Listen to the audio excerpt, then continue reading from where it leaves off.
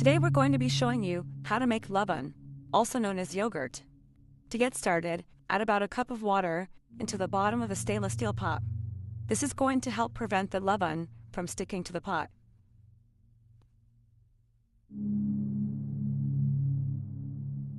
Then you're going to add your milk. The amount will depend on how much Laban you want. We're going to be using a gallon of milk today, but if you want less yogurt, use less than that.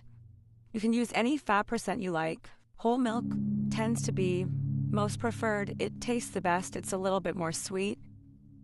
We are using 2% today just to keep it a little bit healthier, but use whatever you like.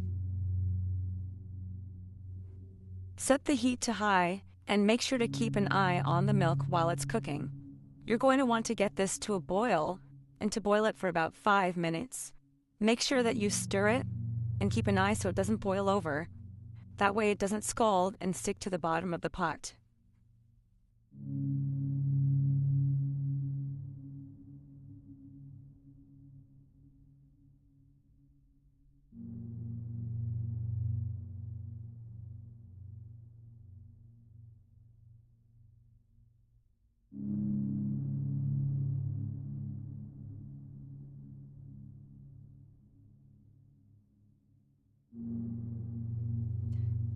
As you can see here, the milk is starting to steam, but it's not boiling yet, so we have to keep cooking it.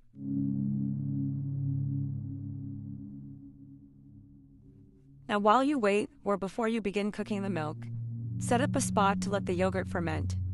You'll need a place that the yogurt can be left completely undisturbed for at least overnight, if not 24 hours.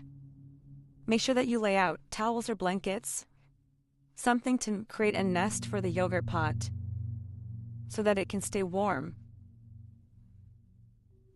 And make sure that you have extra towels or blankets to cover on top of the pot once it is here.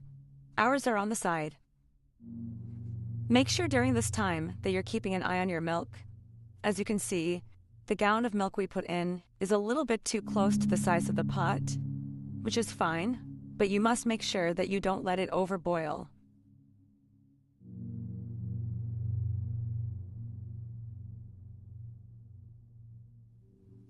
Our milk is just about ready.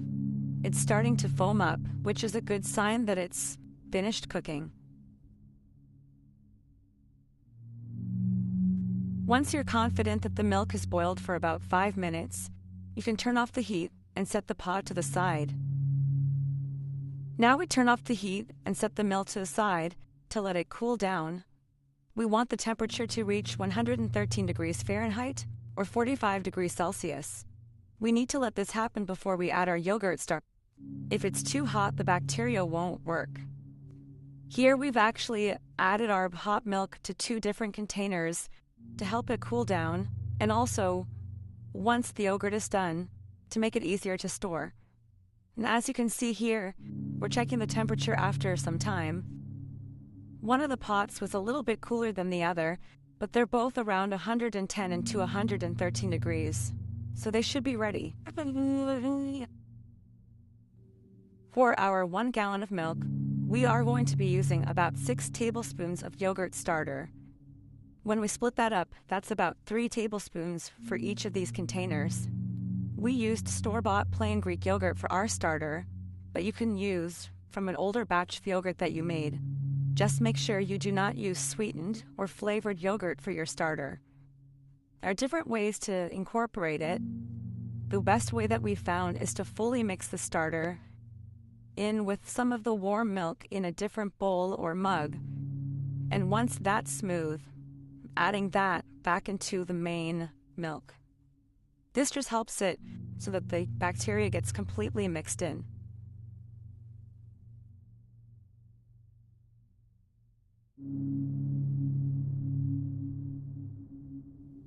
Once it's completely smooth, we just pour it back into the milk and give it a good mix.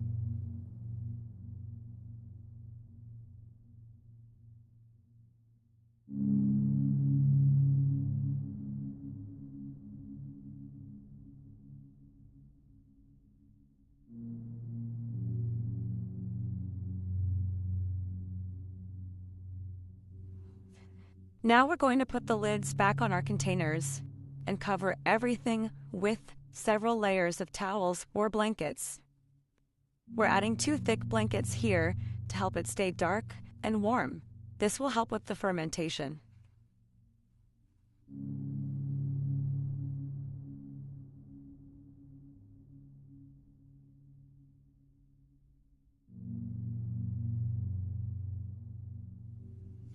Once you have all of your blankets set up, do not touch the milk until at least the next day